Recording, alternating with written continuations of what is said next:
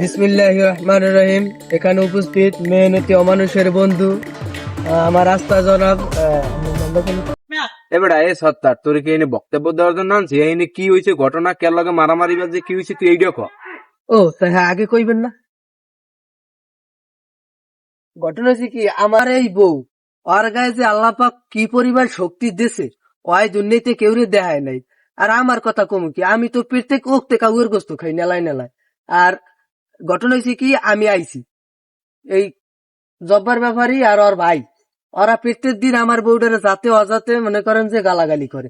তারপর আমি আইছি, আইয়ে জিগাইছি কি হয়েছে। এর মধ্যে দেই কি জব্বার ব্যাপারী আর ওর ভাই দেই দুজনের কাছা দাও।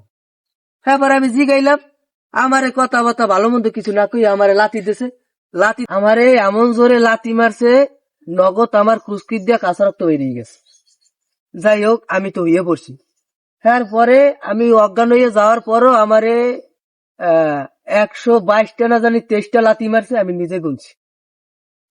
এ সত্তার তাই তুই বলে অজ্ঞান হয়ে গেছিস, তোরে বলে 122টা না 23টা লাথি মারছে, তা তুই এত লাথি গুনছিস কেমনে? ও হেইয়া, না আমি গুনি নাই, হলে আমার ধরে বউ গুনতে। ঘটনা হয়েছে কি, আমাকে বিয়ের বয়স হয়েছে যে কয় বছর হয়েছে? 12 বছর। যাই হোক, আর 2-3 বছর বাড়াইতে পারলি না। এই 12 বছরে আমি আমার বউরে হাত দিয়ে শুয়ে দেখিনি। এ সত্তার তা তুই হাত দিয়ে শুয়ে দেও নাই, তোর তুই দুইটা গুঁড়ো গাড়া। তারা আমি ওই বিলে কই নেই, আমি কইছি ফিরি মাইনছে। আমরা যদি ওই বিল লই যা তাদের না, মানে আমি আমার বউরে আর কি মারি নেই। চেয়ারম্যান সাহেব, বিষয়টা ওই বিলে না, আসলে বোর গায়ে হাত দেয় নাই। চেয়ারম্যান সাহেব, যা হইছে ওরা আমার বউরে মারছে, আর আমি এর বিচার চাই বাবু, আমি আমার দ্বারে দিয়ে দিলাম। এখন সত্তার তোর তো সব কথাই শুনলাম। হ্যাঁ বেটা জব্বার, এদিকে এদিকে এদিকে ঘটনা কি হয়েছে খুললে খাওয়া। আর সত্তরের মুহূর্তে সবই শুনলাম। এখন এই কি হয়েছে আর বউরে বলে তোরা মারছস, এটা লইয়া ওই বিচার দিলে এখন যে তোর আমি ঘটনা হইলে চেয়ারম্যান সাহেব, আমি তো ওই সত্তার বাড়ির বউরে মারি নাই।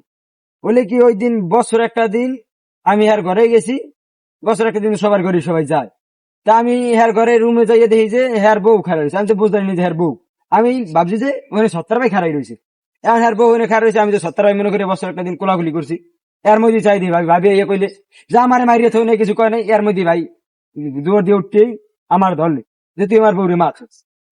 আসলে তো আমি মারি নাই, কিন্তু এই যে সত্তার ভাই আইয়া আমার ধরিয়া মনে করেন গোঠা আসতে যে জোতা দিয়ে বাড়ি দিয়েছে, আমার কলজা আঘাত লেগে গেছে ভাই, কলজাটা দাগ হয়ে গেছে মনে করেন, এমন বাড়ি দিয়েছে হে।